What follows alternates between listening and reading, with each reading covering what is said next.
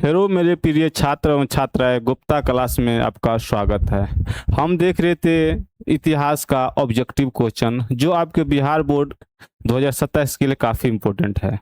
हम दूसरा चैप्टर का, पहला चैप्टर तो हो चुका था, दूसरा चैप्टर के कुछ क्वेश्चन हम किए हुए थे, बाकी क्वेश्चन को हम देख रहे हैं। 46 तक किए थे, 47 से बाकी होगा। तो पहला 47 नंबर क्वेश्चन है, मौर्य साम्राज्य का प्रथम शासक कौन था। देखिए, मौर्य साम्राज्य से पहले था नंद वंश का, नंद वंश के था, शासक था घनानंद था। घनानंद कौन था? घनानंद था। घनानंद को अंत किया चंद्रगुप्त मौर्य। वो चाणक्य के मदद से उन्होंने मौर्य वंश की स्थापना किया था 322 बीसी, 322 बीसी में। चंद्रगुप्त मौर्य, उस पर से अगला शासक बनेगा बिंदुसार, उस पर से बनेगा अशोक। तो ये ऐसे करके चलता चल जाएगा। इसका क्वेश्चन आंसर नंबर बी हो जाएगा, चंद्रगुप्त मौर्य। अगला क्वेश्चन है, चलिए ये तो हो गया था 46, 47। 48 नंबर क्वेश्चन है, वेदों की संख्या कितनी है। देखिए, आप सबके वेद की संख्या पता होगा कितनी है। वेद की संख्या 4 है। कितना है? 4। जैसे हो गया, तुम वेद देखेंगे तो पहला वेद हो जाएगा ऋग्वेद, हो जाएगा। दूसरा हो जाएगा साम वेद, हो जाएगा। तीसरा हो जाएगा यजुर्वेद, हो जाएगा। चौथा हो जाएगा अर्थवेद, हो जाएगा। आपको वेदों की संख्या 4 है, ये आपका चारों नाम हो गया। चलिए अगला क्वेश्चन है, किस भारतीय शासक को नेपोलियन कहा जाता है। किस भारतीय शासक को नेपोलियन कहा जाता है या नेपोलियन से तुलना किया है। ये हो गया समुद्रगुप्त। समुद्रगुप्त को नेपोलियन कहा जाता है। वो था गुप्त वंश के था। कौन सा वंश के था? ये गुप्त वंश के था, समुद्रगुप्त। चंद्रगुप्त मौर्य पता है मौर्य वंश के था। कनिष्ठ, कनिष्ठ कौन वंश के शासक था? कनिष्ठ आपको कुषाण वंश का। कौन सा वंश का था? कुषाण वंश का था। कनिष्ठ था कुषाण वंश का। हर्षवर्धन, हर्षवर्धन ये हो जाएगा पुष्पभूति वंश के था। पुष्पभूति वंश, ये शासक चलेगा आपको हरियाणा का आसपास में। उसका राजधानी थानेश्वर बनाया था। हरियाणा, हरियाणा थानेश्वर राजधानी था। तो इसका आंसर हो जाएगा सी नंबर, नेपोलियन कहा जाता है समुद्रगुप्त को। चलिए अगला क्वेश्चन है, 16 महाजनपद में सबसे शक्तिशाली महाजनपद कौन था। देखिए, जो आपका बौद्ध धर्म का बुक है अंगुत्तर निकाय, और जैन धर्म का भी बुक है भगवती सूत्र, इसमें चर्चा किया गया है महाजनपद की संख्या 16 है। कितना महाजनपद की संख्या है? 16 है। इसमें क्या बोला है? सबसे शक्तिशाली, सबसे शक्तिशाली। सबसे शक्तिशाली हो जाएगा मगध, हो जाएगा। कौन सा हो जाएगा? मगध। मगध की यदि हम राजधानी देखते हैं तो मगध की राजधानी था राजगिरी, राजगिरी, राजगिरी था। बाद में ये बदल करके ये आपका हो गया पाटलिपुत्र। कहाँ हो गया? पाटलिपुत्र, जिन्हें हम वर्तमान में हम पटना बोलते हैं। वर्तमान में क्या बोलते हैं? पटना बोलते हैं। देखिए, अवंती महाजनपद, अवंती महाजनपद की राजधानी हो जाएगा उज्जैन, हो जाएगा। कहाँ हो जाएगा? उज्जैन। उज्जैन या उज्जैनी हम उसको बोल सकते हैं। कौशल, कौशल का हो जाएगा राजधानी, हो जाएगा श्रावस्ती, श्रावस्ती हो जाएगा। गंधार के हो जाएगा, गंधार के जो तक्षशिला है पाकिस्तान में, तक्षशिला पाकिस्तान में, तो ये आपका राजधानी है। अब देख लीजिएगा, राजधानी में से भी क्वेश्चन पूछ दिया जाता है। इसका आंसर नंबर हो जाएगा ए। नेक्स्ट क्वेश्चन, क्वेश्चन ये है, किस शिलालेख में अशोक को कलिंग विजय का उल्लेख किया गया है? देखिए, अशोक कलिंग विजय कब किया था? आप सब बताइए, अशोक कलिंग विजय कब किया था? किया था 261। अपना जो वो राजा बना था, राज्यारोहण बना था ना, उसके 7वें वर्ष कलिंग विजय किया था 261 बीसी में, ईसा पूर्व में। कलिंग वर्तमान में उड़ीसा को हम कलिंग कहेंगे। हाँ, तो ये आपका कलिंग विजय के चर्चा 13वें शिलालेख में कहा गया है। किस शिलालेख में? 13वें शिलालेख में। तो चलिए, प्रथम शिलालेख में क्या कहा था? प्रथम शिलालेख में पशु बलि की निंदा किया गया था। मतलब जो निहत्थे हैं उसको बलि नहीं देना चाहिए। तो पहला अभिलेख में क्या था? पशु बलि के निंदा किया गया था। 7वें अभिलेख में आपको 7वें अभिलेख में क्या गया था? 7वें अभिलेख में अधिकारी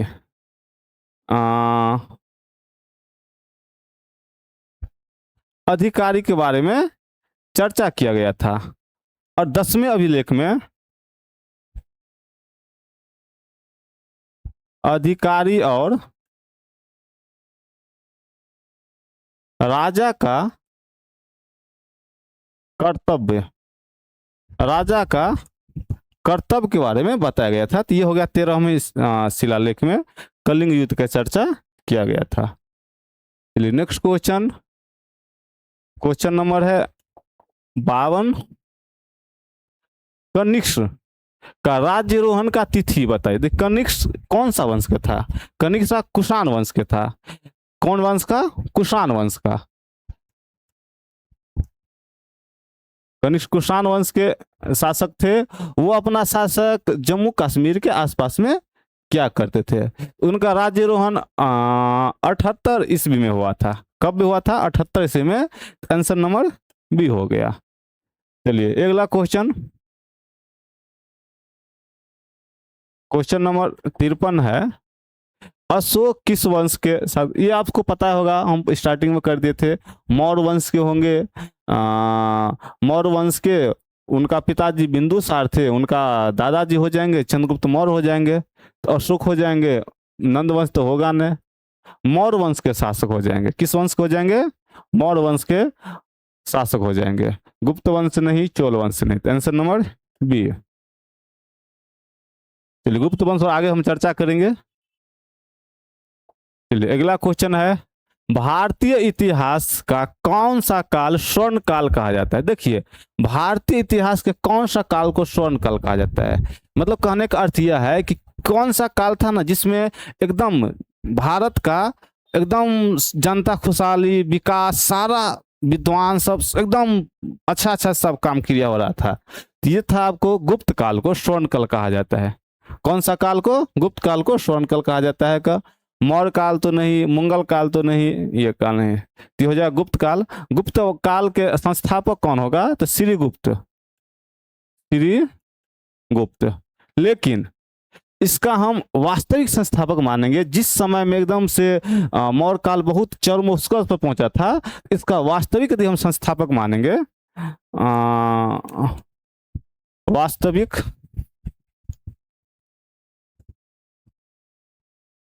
वास्तविक हम बोल सकते हैं तो चंद्रगुप्त द्वितीय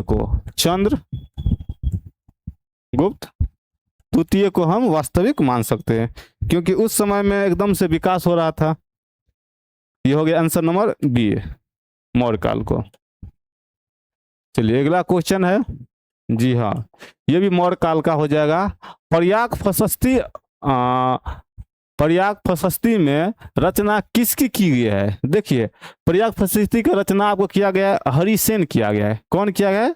हरिसेन किसके दरबारी कवि थे? तो हरिसेन हो जाएगा समुद्रगुप्त के दरबारी कवि थे। किसके दरबारी कवि हो जाएगा? समुद्रगुप्त। तो इसे आप अनुमान लगा सकते हैं, प्रयाग प्रशस्ति अभिलेख में समुद्रगुप्त की चर्चा किया होगा। यहां तक तो कोई दिक्कत नहीं है। चलिए, कालिदास किसके समय था? कालिदास चंद्रगुप्त द्वितीय के समय था। देखिए, चंद्रगुप्त द्वितीय ने नवरत्न बनाया था। इसमें नवरत्न मतलब 9 गो अधिकारी, जो 9 अधिकारी हर एक क्षेत्र में अपना अपना महानता हासिल की हो, उसको हम नवरत्न कहते हैं का। तो ये आपको हो जाएगा, कालिदास उसमें से एक थे। ये हो जाएगा आपको चंद्रगुप्त द्वितीय के शासनकाल में हो जाएंगे, चंद्रगुप्त द्वितीय के शासनकाल में हो जाएगा बाणभट्ट, बाणभट्ट हर्षवर्धन, हर्षवर्धन, हर्षवर्धन के शासनकाल में थे। पतंजलि, देखिए पतंजलि आपको हो जाएगा जो घनानंद, घनानंद अंत होता है तो चंद्रगुप्त मौर्य का शासन, मौर्य वंश स्थापित होता है चंद्रगुप्त मौर्य। तो घनानंद दोनों काल में देखने को मिलेगा, तो हम घनानंद पतंजलि दोनों काल में देखने को मिलेगा, घनानंद के काल में यानी नंद वंश में, और चंद्रगुप्त मौर्य के शासन काल में यानी मौर्य वंश में। तो अब इसको हम किस में रख सकते हैं, तो रख सकते हैं मौर्य वंश में बोल सकते हैं, मौर्य काल में आपको मिल सकता है पतंजलि। आंसर नंबर हो जाएगा सी। अगला क्वेश्चन, देखिए क्या है, मौर्यकालीन टकसाल के प्रधान कौन होते थे। पहले टकसाल समझिए क्या होता है। टकसाल होता है जहां सिक्का बनाया जाता था, क्या धातुओं का सिक्का बनाया जाता था, उसको हम टकसाल कहते हैं का। इसका प्रधान कौन होता था, इसका प्रधान होता था लक्षाना अध्यक्ष। कौन होता था, लक्षाना अध्यक्ष। Answer number D.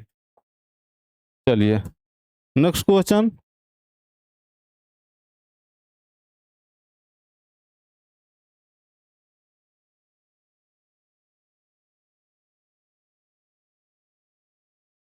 चलिए अगला क्वेश्चन है, राजतरंगिणी के लेखक कौन है। देखिए राजतरंगिणी, ये आपको हम बताए हुए थे। राजतरंगिणी में किसका चर्चा किया हुआ है, राजतरंगिणी में आपका जम्मू कश्मीर का चर्चा किया गया है। किसका चर्चा, जम्मू कश्मीर का। तो राजतरंगिणी आपको वान भट्ट लिखे थे। कौन लिखे थे, वान भट्ट, सॉरी राजतरंगिणी कलहन लिखे थे, कलहन, राजतरंगिणी कलहन लिखे थे, जिसमें जम्मू कश्मीर का चर्चा किया गया। वान भट्ट हर्षवर्धन के काल में थे, तो हर्षचलित्र, ये आपको हर्षवर्धन हो जाएगा। पतंजलि, पतंजलि विशाखादत्त। चलिए तो आंसर नंबर हो जाएगा डी, कलहन हो जाएंगे। तो 56 तो हो गया था, 57, 58 जी। अर्थशास्त्र और इंडिका, अर्थशास्त्र और इंडिका से किस राजवंश के विषय में जानकारी मिलता है। देखिए अर्थशास्त्र के लेखक कौन है, अर्थशास्त्र के लेखक है चाणक्य। कौन है, चाणक्य, उसको हम विष्णुगुप्त भी बोलते हैं। इंडिका, इंडिका के लेखक है मेगास्थनीज, मेगास्थनीज। कौन है, मेगास्थनीज। आप देखिए अर्थशास्त्र में कानून व्यवस्था के बारे में लिखा है। मेगास्थनीज यूनानी थे। कौन थे, यूनानी थे। तो वो आए थे भारत, उसको हम घूमने बोल सकते हैं। यानी तो चंद्रगुप्त मौर्य जो शादी किए थे हेलेना का, हेलेना का पिताजी उनको भेजे हुए थे राजदूत के रूप में। तो वो रहे थे भारत में, वो लिखे थे, भारत के बारे में चर्चा किए थे। ठीक है, तो ये हो गया। ये बोलता है किसकी जानकारी मिलेगा, तो मौर्य वंश की जानकारी मिलेगा, क्योंकि चंद्रगुप्त मौर्य के शासनकाल में आए हुए थे, वो सब थे, लिखे हुए थे। चाणक्य मौर्य, चंद्रगुप्त मौर्य का प्रधानमंत्री हो जाएंगे। ठीक है, इसको हम मेगास्थनीज को हम बोल सकते हैं चंद्रगुप्त मौर्य का साला भी बोल सकते हैं, क्योंकि हेलेना का मायके से आई हुई थी। तो ये इसका हम देख सकते हैं का। चलिए इसका आंसर हो जाएगा ए, 58 का। नेक्स्ट क्वेश्चन, हाँ देखिए जो अभी हम देख रहे थे अर्थशास्त्र, अर्थशास्त्र की रचना कब हुई थी। वो तो पता है, अर्थशास्त्र की रचना किसने किया था, किसने किया था बताइए आप सब। अर्थशास्त्र की रचना आपको किया था, चाणक्य किया हुआ था। ठीक है, वो मौर्य वंश के बारे में उसका जानकारी मिलता है। तो इसका स्थापना हुआ था 4वीं शताब्दी में। कब हुआ था, 4वीं शताब्दी में। Answer number C. Next question, ये देखिए पतंजलि के महाभाष्य से हमें जानकारी मिलती है। अब बताइए, पतंजलि हम बोले थे, पतंजलि किसके दरबार में?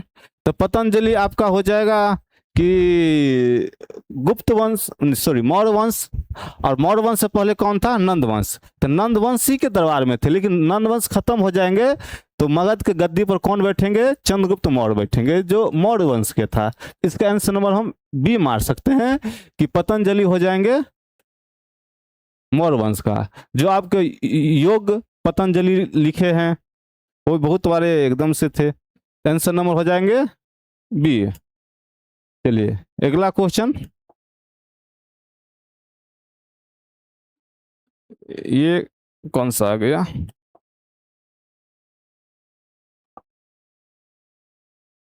अर्थशास्त्र के लेखक, ये तो आगे बढ़ गया।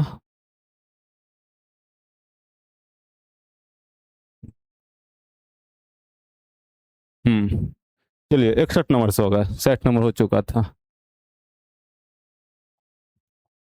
क्वेश्चन है अर्थशास्त्र के लेखक कौन थे? वो तो बताए थे, कौटिल्य या चाणक्य। इसमें ज्यादा हम टाइम नहीं लेंगे। चलिए अगला क्वेश्चन है, बिंबिसार का संबंध किस वंश से? देखिए यहाँ पे स्टूडेंट का एक कंफ्यूजन होता है इतिहास में, एक है बिंबिसार, एक है बिंदुसार। इसको आज हम क्लियर कर लेते हैं। देखिए बिंबिसार ये हो जाएगा हर्यक वंश के, जो मगध की स्थापना पहली बार हुआ था बिंबिसार, जो इतिहास के अनुसार से इससे भी पहले थे, लेकिन इतिहास में जो लिखा है हमको हर्यक वंश से मिलता है। तो हर्यक वंश का स्थापना किए थे बिंबिसार। ठीक है, एक मिलेगा बिंदुसार, बिंदुसार, एक मिलेगा बिंदुसार। ये हो जाएंगे गुप्त वंश का, सॉरी मौर्य वंश का, मौर्य वंश का, जो हो जाएगा चंद्रगुप्त मौर्य के पुत्र हो जाएंगे बिंदुसार, जिसके माथा पे एक बिंदु था, एक तीर टाइप का था, तो उसको हम बिंदुसार बोलेंगे। यह है बिंबिसार, तो ये हो जाएगा हर्यक वंश का। हर्यक वंश के संस्थापक बिंदुसार होंगे। गुप्त वंश के संस्थापक तो आपको हम बताए थे, गुप्त वंश के संस्थापक श्रीगुप्त होंगे, श्रीगुप्त होंगे। मौर्य वंश के संस्थापक चंद्रगुप्त मौर्य, वो तो हम पहले कर चुके हैं। आंसर नंबर हो जाएंगे ए। चलिए अगला क्वेश्चन, वज्र के सामाजिक ग्रंथों को क्या कहा जाता है? देखिए वज्र के सामाजिक ग्रंथ, वज्र के सामाजिक ग्रंथ को गण संघ कहते थे। क्या कहते थे? गण संघ कहते। गण मतलब होता है जनता, संघ मतलब होता है समुदाय। एक समुदाय के एक जनता का समुदाय थे, उसको हम गण संघ कहते थे। तो इसका आंसर नंबर हो जाएंगे, आंसर नंबर हो जाएंगे ए। चलिए नेक्स्ट क्वेश्चन,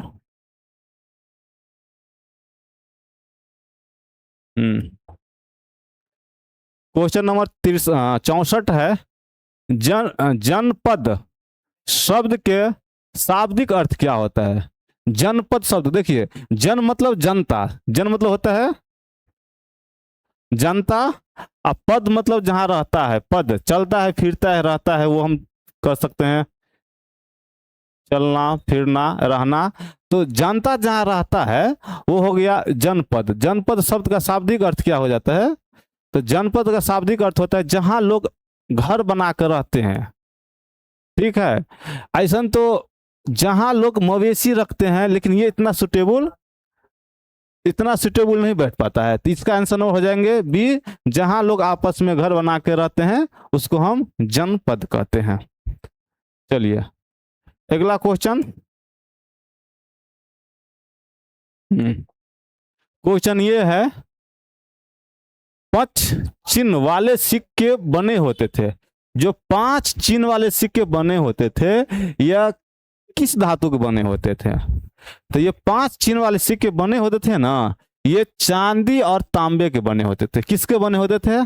चांदी और तांबे के बने होते थे। इसका आंसर नंबर हो जाएगा डी। चलिए अगला क्वेश्चन,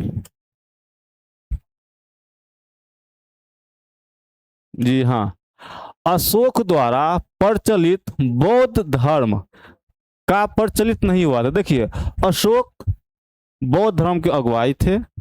जब वो कलिंग युद्ध विजय करके आए थे उसके बाद वो बौद्ध धर्म ग्रहण कर लिए थे, और उसके लिए एक अलग से धम्मा नामक संस्था बनाया। यदि कोई आदमी बौद्ध धर्म ग्रहण कर सकता है, इच्छा है, तो आप कर सकते हैं। इसके लिए धम्मा नाम का, और हर ठमन जा जा के प्रचार करते थे बौद्ध धर्म के बारे में।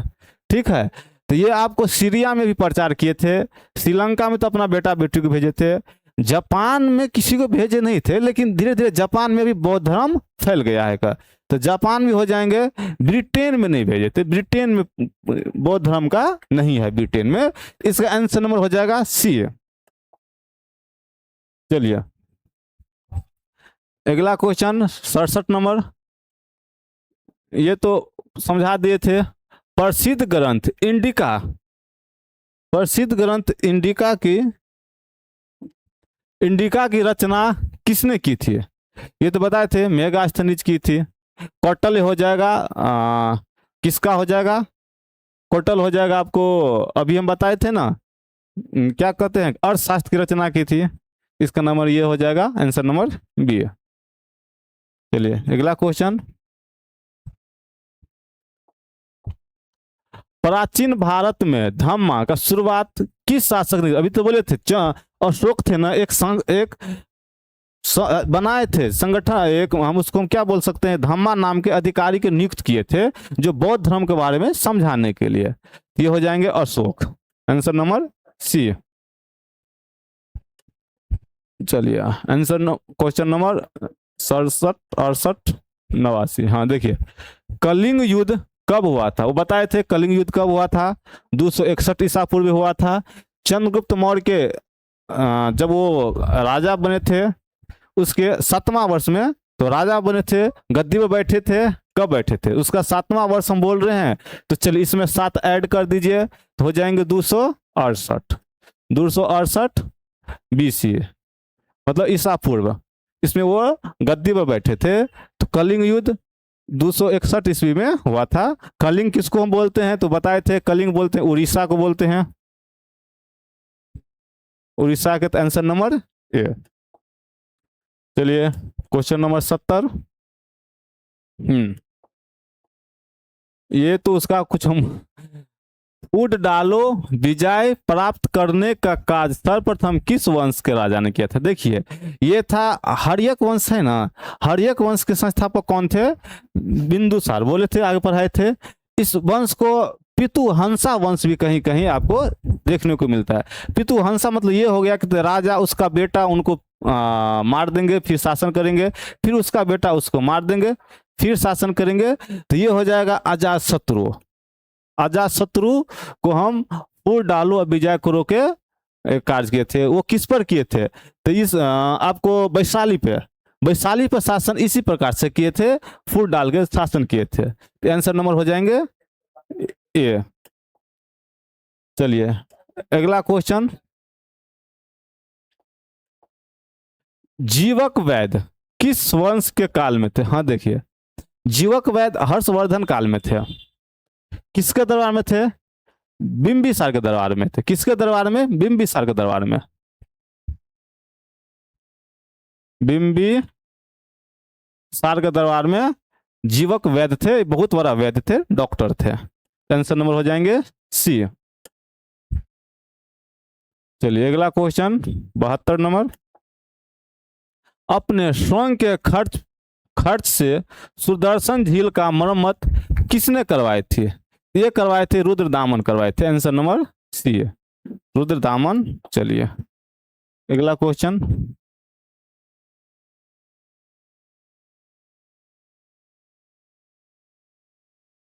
बहत्तर 73। चलिए, पाटलिपुत्रा नगर के स्थापना उदयन ने किस नदी के संगम पर? देखिए पटना, पाटलिपुत्र मतलब पटना, वर्तमान उसको हम क्या बोलते हैं? पटना बोलते हैं। पटना, पटना भी नाम पटन देवी एक मंदिर है पटना में, उसके नाम पर पटन देवी के नाम पे पटना रखा गया है। ठीक है, तो ये हो जाएंगे किस नदी पे? गंगा नदी तो है, दक्षिण से नहीं, दक्षिण से सोन नदी आते हैं, ठीक है ना। पुनपुन नदी, ये तीनों नदी के संगम पर हो जाएंगे, तो ये हो जाएंगे या ऐसे गंगा नदी आते हैं, इधर से सोन नदी मिलते हैं, इधर से पुनपुन नदी मिलते हैं, यहाँ पे पटना शहर का स्थापना है वो जगह तीनों के संगम पे। क्वेश्चन नंबर 74, समस्त भारत में ही नहीं एशिया एवं यूरोप में सर्वप्रथम हुन के परास्त करने का श्रेय किस शासक देते? देखिए हुन था ना, वो पूरा यूरोप में भी खलबली मचा दिया था, एशिया में तो मचाया था, सारे जगह एकदम से आतंक मचा कर रखा था। उसको पहली बार स्कंदगुप्त ने उसको पराजित किया था। तो आंसर नंबर हो जाएंगे बी। क्वेश्चन नंबर 75, यूरोप का समुद्रगुप्त किसे कहते हैं? यूरोप का समुद्रगुप्त नेपोलियन को कहते हैं, या भारत का नेपोलियन समुद्रगुप्त को कहते हैं, या यूरोप के समुद्रगुप्त नेपोलियन को कहते हैं? इसका आंसर हो जाएंगे ए नंबर, सॉरी बी।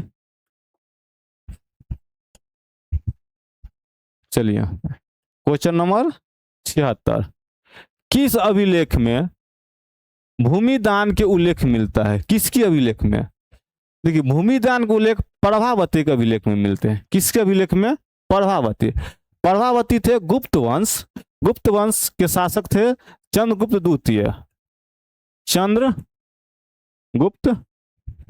द्वितीय के बहन थे प्रभावती, ये हो जाएंगे बहन हो जाएंगे प्रभावती, ठीक है, प्रभावती गुप्त। तो ये हो जाएंगे आंसर नंबर सी, प्रभावती के गुप्त में भूमि दान का उल्लेख किया गया है। चलिए क्वेश्चन नंबर 76, ये बोला है 510 ईसा में सती प्रथा की साक्ष्य वाले प्रथम अभिलेख कहां से मिलता है? ये मिलता है एरन अभिलेख से। एरन अभिलेख आपको मध्य प्रदेश में है। कहां है? मध्य प्रदेश में। इससे सती प्रथा के साक्ष्य का अभिलेख मिलता है। तो आंसर नंबर ए। चलिए अगला क्वेश्चन, अशोक ने महेंद्र और संघमित्रा, देखिए महेंद्र अशोक के बेटा थे, संघमित्रा उनके पुत्री थे। तो ये बोलता है अशोक ने महेंद्र और संघमित्रा को बौद्ध धर्म के प्रचार के लिए कहाँ भेजे थे? ये श्रीलंका भेजे थे। बौद्ध धर्म का प्रचार करने के लिए अशोक अपना पुत्र महेंद्र और पुत्री संघमित्रा को भेजे थे प्रचार करने के लिए श्रीलंका। तो आंसर नंबर हो जाएंगे ए। चलिए अगला क्वेश्चन, किस विद्वान ने मात्र अभिलेख के आधार पर अशोक के इतिहास लिखने का प्रयास किया है? ये अश्लोक नहीं होगा, इतिहास लिखने का प्रयास किया है का। तो देखिए कौन सा विद्वान अशोक के अभिलेख को पढ़ा और उसको अशोक के इतिहास लिखने का प्रयास किया था? ये क्या था? देवराम भंडारण, या उसी को हम कहीं कहीं आपको DR भंडार देखने को मिलता है इतिहास में। तो ये हो जाएंगे देवदंत रामकृष्ण भंडारण, ठीक है। ये हो जाएंगे जेम्स प्रिंस। ये आपको पहली बार अशोक के अभिलेख पढ़े थे, पहली बार अशोक के अभिलेख कौन से विद्वान पढ़े थे? जेम्स प्रिंस से पढ़े थे, और लिखने का प्रयास किए थे देवदत्त रामकृष्ण भंडारक। आंसर नंबर हो जाएंगे डी। क्वेश्चन नंबर 80, मौर्य काल में का निम्न में से कौन सा सर्वाधिक महत्वपूर्ण नमूने मिलते हैं? मौर्य काल से आपको चंद्रगुप्त अशोक के बहुत शिलालेख स्तंभ लेख ये सब मिलते हैं। तो हो जाएगा स्तंभ लेख। आंसर नंबर 80 का डी। चलिए अगला क्वेश्चन,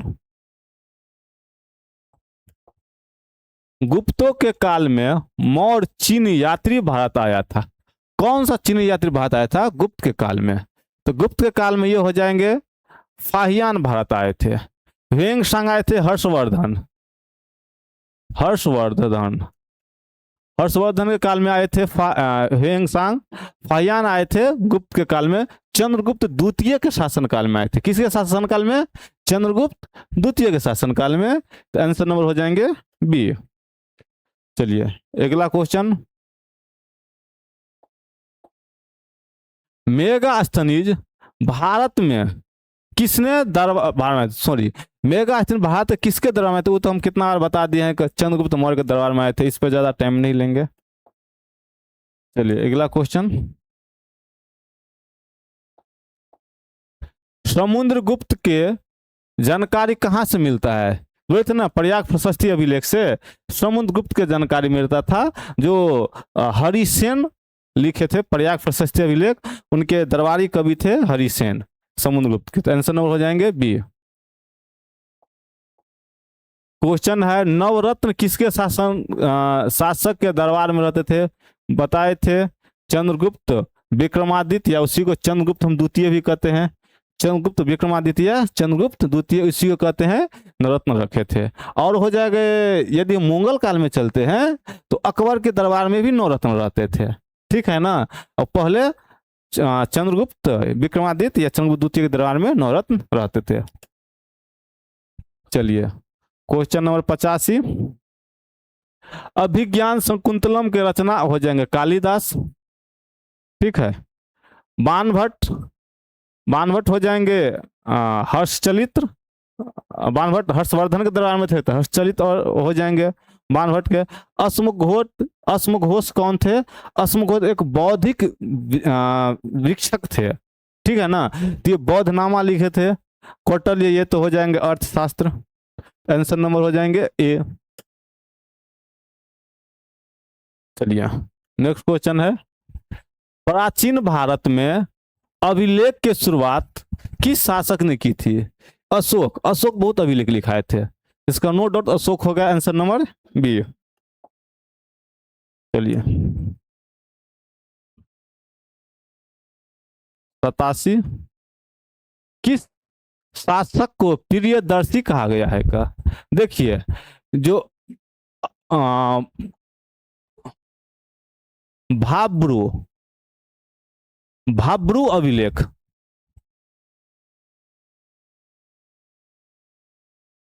भाब्रू अभिलेख में अशोक को प्रियदर्शी कहा गया है का, ठीक है ना। किसको प्रियदर्शी कहा गया, अशोक के, कौन सा अभिलेख में, भाब्रू अभिलेख में अशोक को प्रियदर्शी कहा गया है का, आंसर नंबर हो जाएंगे ए।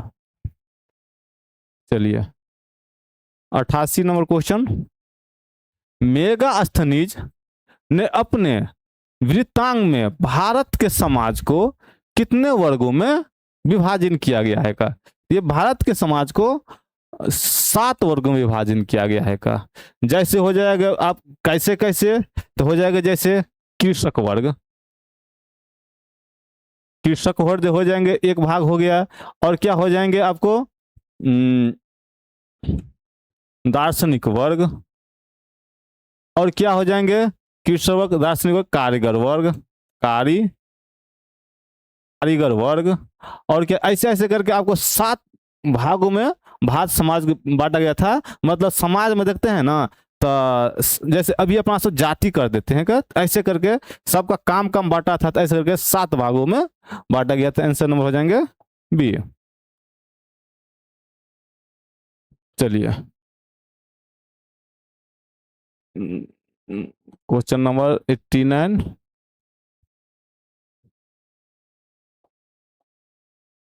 एलोरा में कैलाश मंदिर किस राजवंश के काल में करवाए गए थे, एलोरा का कैलाश मंदिर ये आपको राष्ट्रकूट वंश के कृष्ण, कृष्ण प्रथम, प्रथम ने ये मंदिर के निर्माण करवाना चालू किया था, वो लंबा समय तक चला था उसका निर्माण। ये हो जाएंगे आंसर नंबर डी। चलिए अगला क्वेश्चन, तक्षशिला विश्वविद्यालय कहाँ स्थित है, ये तो सबको पता होगा, पाकिस्तान में तक्षशिला, कोई इसमें डाउट नहीं है। क्वेश्चन नंबर 91, बौद्ध और जैन ग्रंथों में महाजनपद की संख्या कितनी है, ये हम बार बार बोले हैं 16 महाजनपद है।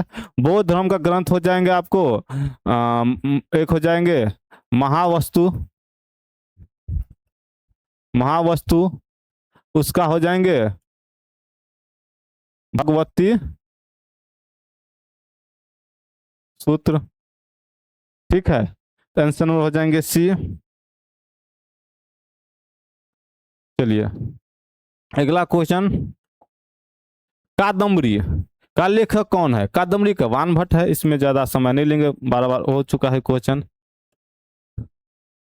क्वेश्चन नंबर 93, किस ग्रंथ में 16 महाजनपद का उल्लेख किया गया है? वही देखिए, अंगुत्तर निकाय, भगवती सूत्र, महावंश ने था, महावस्तु रहेगा तो सही रहेगा। तो इसमें ऑप्शन हिसाब से ए भी सही है, तो answer number question C, option number A भी दोनों।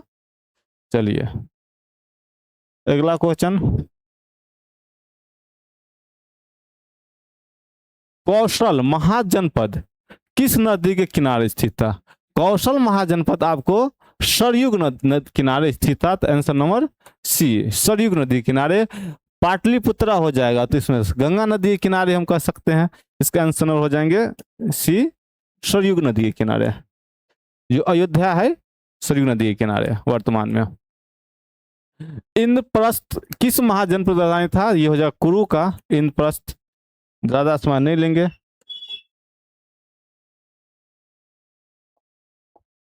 अशोक का अभिलेख किस भाषा में? आपको प्राकृतिक भाषा में। हिंदी तो उस समय था ही नहीं, संस्कृति, तमिल, तो ये हो जाएगा प्राकृतिक भाषा में। तो आंसर नंबर बी। चलिए क्वेश्चन ये है कि चंडाल अस्पष्ट माने जाते थे, यह कथन किसका? देखिए, जो आपको ये चंडाल किसको कहते हैं? जो जो मुर्दा को जलाते हैं, जहां मुर्दा जलाते हैं वो वहां रहते हैं, उसको हम क्या बोल सकते हैं? मुर्दा का ही कपड़ा पहनते थे, वही और वाला काम करते, उसको हम चंडाल कहते हैं का। तो ये आपको कहाँ मिलता है? तो ये आपको फाहियान सांग के सी की, हाँ, वेंग सांग का ग्रंथ है सीयू की। सीयू की में इसका चर्चा किया गया है। चंडाल और अस्पष्टता मानते जाते हैं, इसका कथन का ये किया गया है। Answer number D. वेंग सांग किस देश के थे? वेंग सांग चीनी थे, इसमें तो कोई बड़ी बात नहीं, नाम में से लग रहा है का चीनी नाम, चीनी थे। चलिए अगला क्वेश्चन, मौर्य काल का प्रसिद्ध यूनानी यात्री कौन थे? मौर्य काल का प्रसिद्ध यूनानी यात्री मेगास्थनीज थे। कौन थे? मेगास्थनीज यूनान के थे, जो चंद्रगुप्त मौर्य के दरबार में आए थे। आंसर नंबर हो जाएंगे बी। चलिए अगला क्वेश्चन, मेगास्थनीज कौन थे? ये उसको हम क्या बोल सकते हैं? यात्री बोल भी सकते हैं, लेकिन राजदूत हम ज्यादा उसको बोल देंगे। किसका राजदूत है? सेल्यूकट निकेटर। किसका राजदूत? सेल्यूकट निकेटर। सेल्यूकट निकेटर के राजदूत के रूप में आए थे, क्योंकि सेल्यूकट निकेटर अपना पुत्री हेलिना का शादी चंद्रगुप्त मौर्य के साथ किए हुए थे। तो आंसर नंबर हो जाएंगे सी। चलिए अगला क्वेश्चन, यात्रियों के राजकुमार किसे कहा जाता है? यात्रियों के राजकुमार हम कर सकते हैं वेंग सांग को। वेंग सांग को यात्रियों के राजकुमार हम कहते हैं, ठीक है, तो वेंग सांग को। तो आंसर नंबर हो जाएंगे बी। चलिए अगला क्वेश्चन, क्वेश्चन नंबर ये बोला है, निम्नलिखित में से कौन सा विद्वान भारत सर्वप्रथम बार आया था? मतलब पहले बार कौन सा विद्वान आया था? इस पर हम थोड़ा देख लेते हैं। देखिए, इबन बतूता आया था 1333 में, ईस्वी में आया था। मार्को पोलो 1292 से 94, वो चीन से वापस आ रहे थे, तो भारत में रुके थे 1292 में। फाहियान हो जाएंगे 399, ये सब एडी में चलता है का, एडी में। वेंगसांग हो जाएंगे 630 एडी में। तो आप ये बोल सकते हैं सर्वप्रथम बार भारत कौन आए थे? तो पहली बार हो जाएगा फाहियान, हो जाएगा 399 ईस्वी में हो जाएंगे। आंसर नंबर हम डी के साथ हम चल सकते हैं इसका। चलिए, चोलों की सबसे छोटी प्रशासनिक इकाई, चोल किस वंश में, किस हो जाएगा, दक्षिण भारत में चोल शासक चलते थे।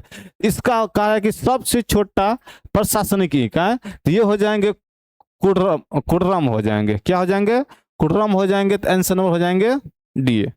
चलिए, ये आज इतना ही क्वेश्चन, 103 क्वेश्चन ये आपका सेकंड चैप्टर का ऑलमोस्ट आपको एग्जाम के लिए 2027 बिहार बोर्ड के लिए जितना इंपॉर्टेंट क्वेश्चन संभावना था आने का, ये हम पूरा कर दिए हैं। इससे बाहर का क्वेश्चन कहीं से नहीं जाएगा।